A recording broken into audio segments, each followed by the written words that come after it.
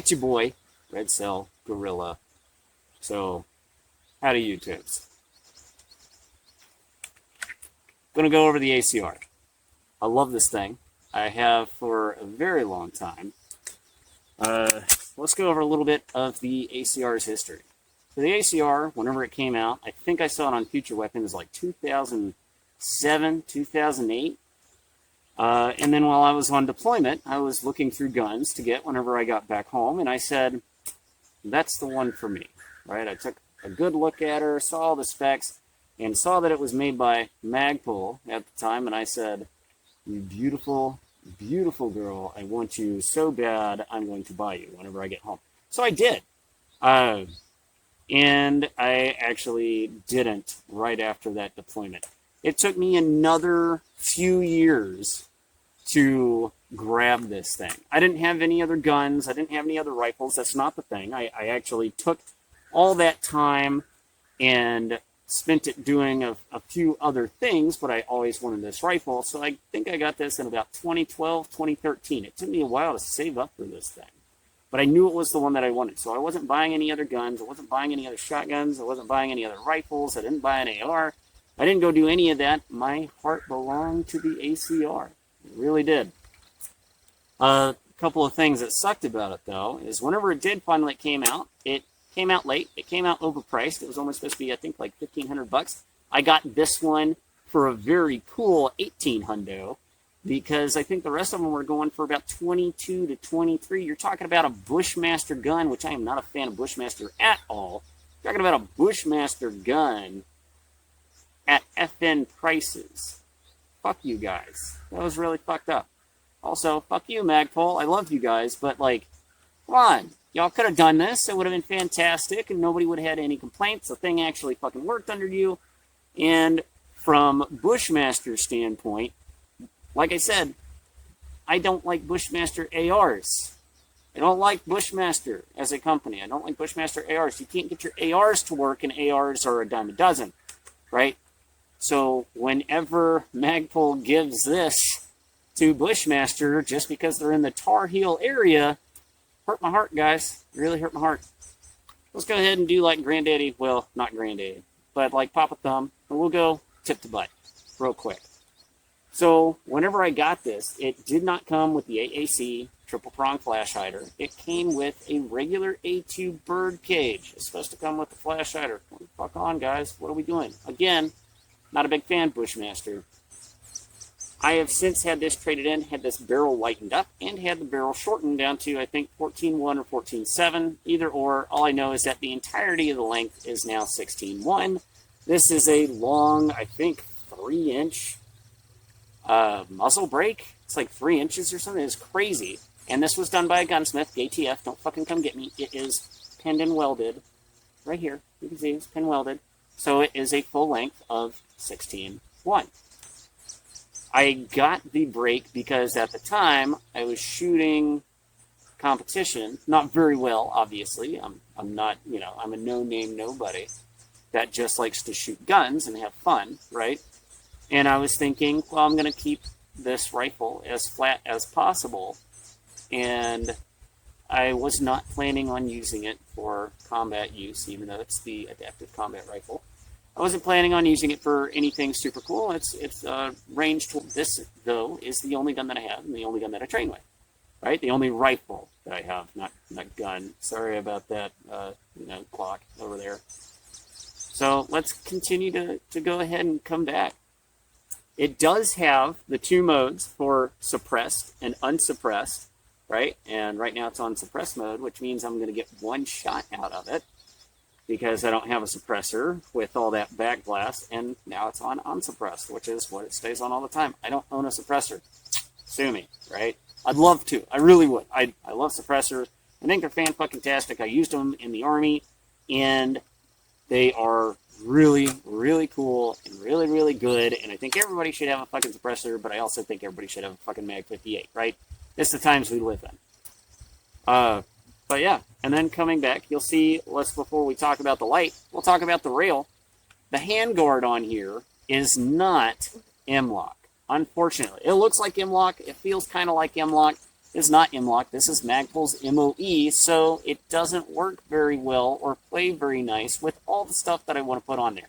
At some point, I will go to Templar Precision, ask them for an actual metal rail, and those are M-LOK. So, cool for you. And I'll actually be able to put my stuff on here without having to modify it with a fucking Dremel. The light is Arasaka. I like the Arasaka. It's got the Malkoff head, whatever. It's the short one battery version.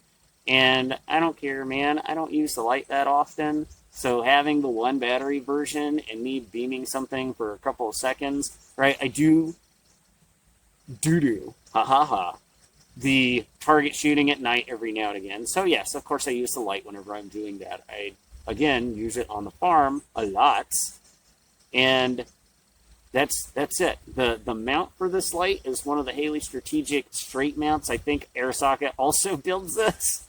I think it's actually Arasaka that makes it, but they tag with Granddaddy Haley's Dragonfly in there, which I'm not going to come up and show you.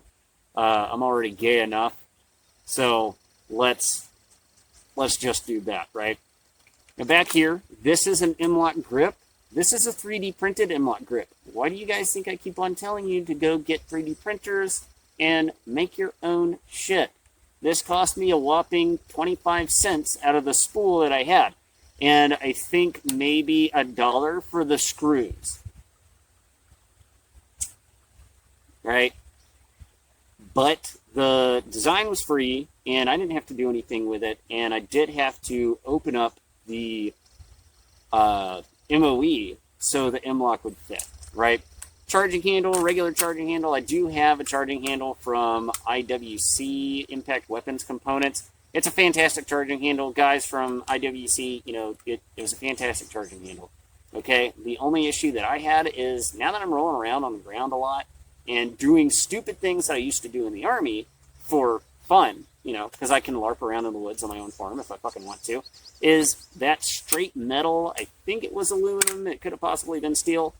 That thing would stab me, man. Like, I'd get down on the ground, I'd land on top of my rifle, that shit would stab me, and the polymer one is just much more comfortable to land on top of by accident. Alright, monolithic rail upper receiver, which was a big fucking deal back in the day, right? Whenever I got this 10 years ago, ARs, the AR-15 kind of sort of had some, and obviously the AKs didn't, right? And I wanted something that had the monolithic upper, and it works fantastic. It's great. You will notice that no iron sights. No iron sights on the front, no iron sights on the back.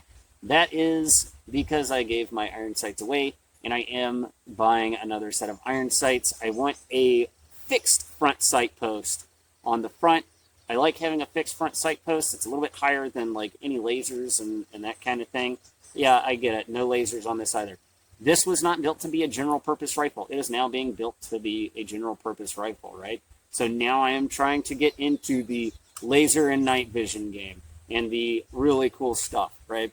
If we come back to the Vortex Viper is what I'm using right now. Vortex, cool company, guys. I do really like this, but this is a pistol sight, right? I think the MOA of the sight is 6, and I'm a pretty decent shot, right? At the 25-yard line, I am very much in that quarter-inch grouping.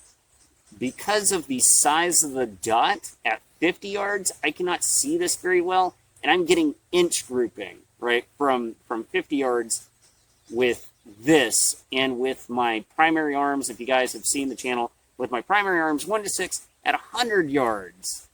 I'm doing that inch or less, and that's with a 1-9 twist barrel.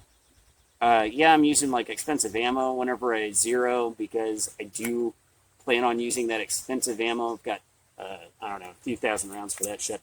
I do plan on using that expensive ammo for LARPing, right? For the things.